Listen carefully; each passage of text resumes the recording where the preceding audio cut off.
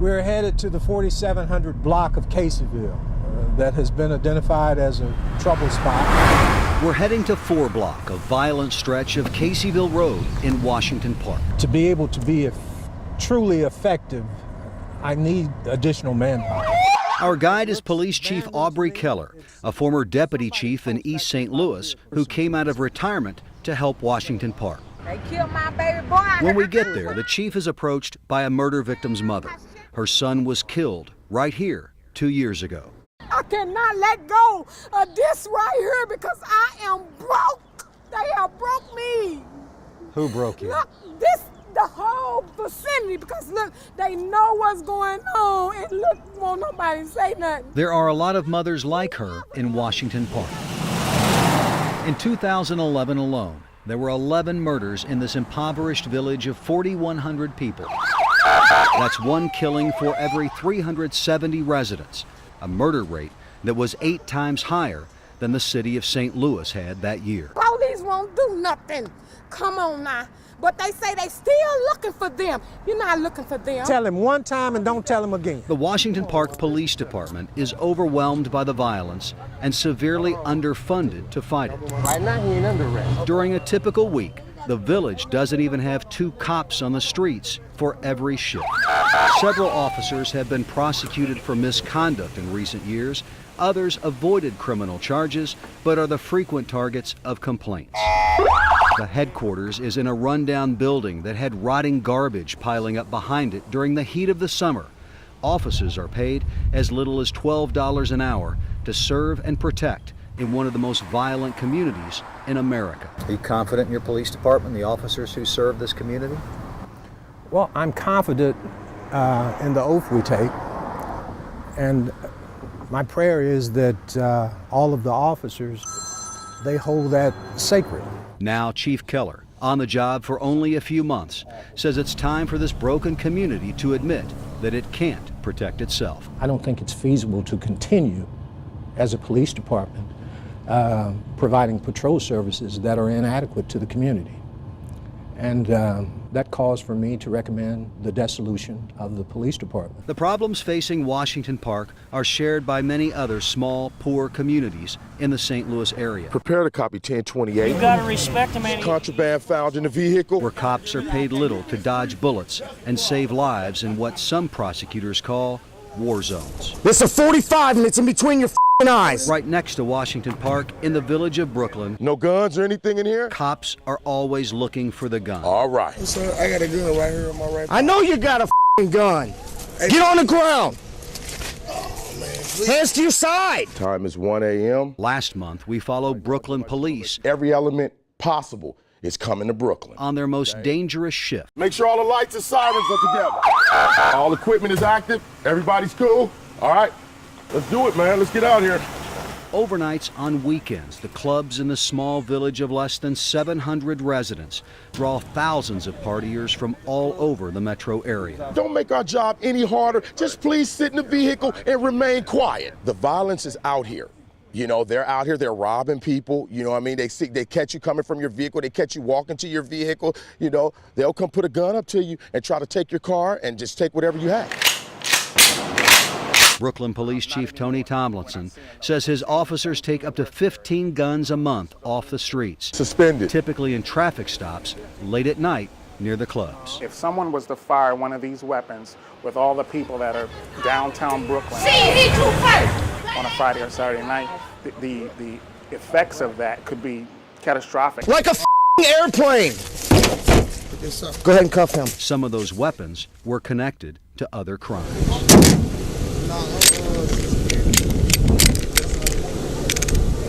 How many guns are in the hands of dangerous criminals? In July, federal prosecutors and ATF agents revealed that a massive undercover operation had recovered 267 guns in just a few months from the most dangerous neighborhoods in the St. Louis area. In all, 159 suspects were charged, and many were already off the streets. There's an opportunity to try to restore the community, to return some of the freedoms that these fine citizens deserve.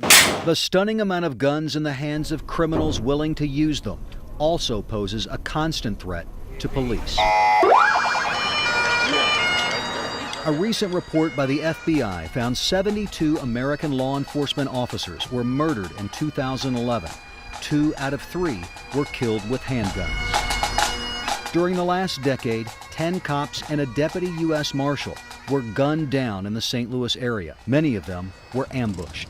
The murdered law enforcement officers were black and white, serving both the inner city and the suburbs. You can read about things in the paper, but it means nothing to you if you don't live there and understand the outcry. The concern over gun-related crime and how to address it dominated the Missouri Attorney General's Urban Crime Summit in St. Louis. One of the key topics was the need for a special court docket in the city that focuses on cases of armed robbery and unlawful use of weapons. It's really quite a complex problem. One proposal, backed by the circuit attorney, police chief, and mayor, would have devoted 2 prosecutors and 2 judges to the docket, emphasizing speedier trials and higher cash-only bonds.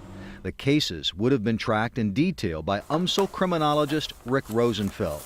But a majority of the circuit judges rejected the idea, insisting they would simply pay closer attention to those cases. How easy is it to get a semi-automatic gun? Easy. Former gang leader Terrell Golson told me what many of today's gangsters think about police. Do you think gang members are scared of police? No, not these days, it ain't, nah. Was it different 20 years ago? 20 years ago, you'd be running and you trying to hide and all that from the police. Yeah, back then you would. Not today. No, today is what it is, you know what I'm saying? You up yours, I'm up mine, we're gonna see who get the first draw, you know? In some of our most dangerous neighborhoods, police solve less than half the homicides. 3 of my sons has been shot. Kimberly Schooler's 21-year-old son, Jordan, was shot and killed in East St. Louis 10 months ago. But despite that, she refuses to cooperate with police on any other case. If you knew who shot somebody, you wouldn't tell the police? No, because they're not gonna do nothing. The way they do it, if they some kin to somebody, they will go and say, well, Craig, well, Kim said that you shot somebody. So then they're gonna come to me. They're not gonna protect me. The unwritten rules against snitching are the focus of countless rap videos. Just go, whatever you do, snitch, 'cause you will get hit. Pray I don't face you. Yes. Those videos may increase cultural pressure to not cooperate with police, but the strong undercurrent of resistance to cops runs much deeper than that. Repeated national studies have shown that blacks are far more likely to get arrested for drugs, even though surveys show whites are more likely to use them. And on average, blacks get much higher prison sentences than whites for the same crimes. When's the last time you were arrested for heroin? 2008. St. Louis County Police say whites from the suburbs are by far the biggest customers of heroin dealers. Am I being arrested? You're being detained right now, okay? All right? County police stopped this couple from St. Charles who admitted they were trying to buy heroin. He knows I'm using right now. Do you want help for it? Yes, I'm supposed to be getting into treatment this week. Even though they can buy heroin in the suburbs, they came to the north side of St. Louis County, where it's often cheaper, stronger, and easier to get. Why did you and your boyfriend come down there today? Buy heroin. The 33-year-old woman, a self-described addict, agreed to talk with us if we didn't use her name. I don't get high from it anymore. I haven't in months. But I just use every day so I don't feel the sickness. I can't afford to use it to get high. Are you afraid that you'll OD someday? I have. You have OD'd. How many times? Twice. Recently, if I wouldn't have had somebody there with me, I would have died. After several long conversations about the dangers of drug abuse, police finally released her. Investigators say the sale of street narcotics are often the biggest moneymaker for the criminals wreaking havoc in our community. Hold on, folks. And that brings us here. In a St. Louis County police car, racing at speeds up to 80 miles an hour, responding to a call to help an officer in need. We are riding with Sergeant Jason Law to see the neighborhood enforcement team in action, but it's only one part of our day inside their operation. We began here with Intelligence Officer Casey Lambert, just different than the classifications, who uses software to find the data that helps her track certain crimes, burglaries, assaults, homicides, and identify possible hotspots. I pull up what time they're occurring, what day they're occurring, and the location, and that's how I map them out. And if I have 2 or more in one area, that's when I put together the map. After she spots a problem area, Officer Lambert looks deep in her files. And in this file cabinet is a list of all the gangs. For more information about possible suspects who have been involved in similar activity in the same location. So this is how we gather the intel that we need for our hotspot policing. Then she creates a detailed report to consider for a possible plan of attack. That information is brought to a meeting with Captain Troy Doyle.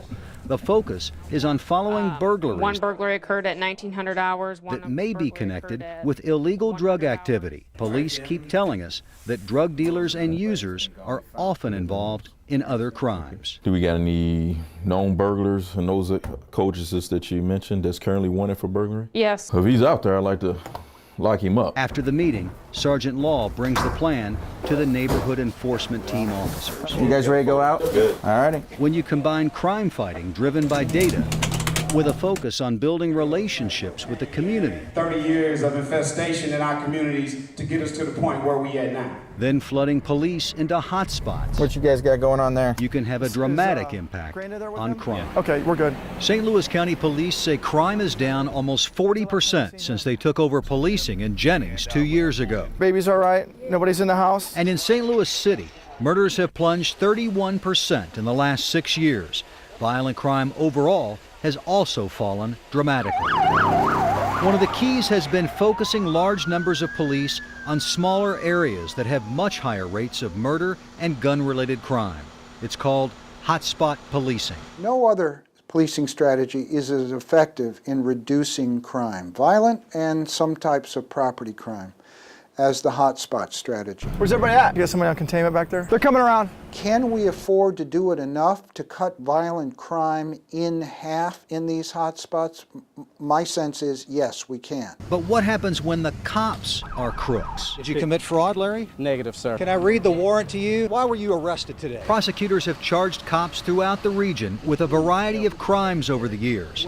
But nowhere has the impact of police corruption been greater than East St. Louis and the surrounding villages of Washington Park, Allerton, and Brooklyn. Some of those dirty cops were protected by corrupt police chiefs and mayors who were also convicted and went to prison. The citizens don't trust the police department because they've seen publicly what some of their leaders in the police department have done. Steve Wigington, the U.S. Attorney for the Southern District of Illinois, says police corruption makes troubled communities more dangerous because it makes law enforcement more difficult. And it's obvious that you've been drinking a lot. You can't say these communities are really safe. They're safe to a certain extent, but they're not safe for children and they're not safe for the elderly. Calvin Dye was raised in East St. Louis, an Illinois state trooper for more than 30 years. He's now an investigator for the St. Clair County State's Attorney's Office and the chair of a new police commission that oversees the departments of East St. Louis, all units 10-8, okay? Brooklyn, Allerton, and Washington Park. We want each community to be able to police themselves. Right now, they are policing themselves the best they can with the resources they have. The state's attorney's office just created a set of professional requirements for those departments that will attempt to raise the quality of policing by helping them get more resources and training. Talk to him civil and respect him, man. The commission is receiving guidance from the United States Department of Justice. We're headed in the right direction. It's an enormous challenge, especially in Washington Park, where there are more strip clubs than cops. I watched my baby laid out there with his eyes open and look. Please help me and straighten this out, because they know. Help is slow in coming. Come on now. I'm broke down about this. Some memories can haunt you for the rest of your life. It's just senseless. Decades of fighting crime in an urban war zone have created memories for Chief Keller, too. Even a murder he investigated 2 decades ago. You can still see the lifeless body of that librarian. That's how much of an impact it had on you. Mm-hmm. The house, the location of the suspect where he laid. Now, as he engages in a desperate fight for the safety of Washington Park, the chief of police is sometimes able to offer little more than a prayer for peace. I'm going to serve this community and do the best that I can do.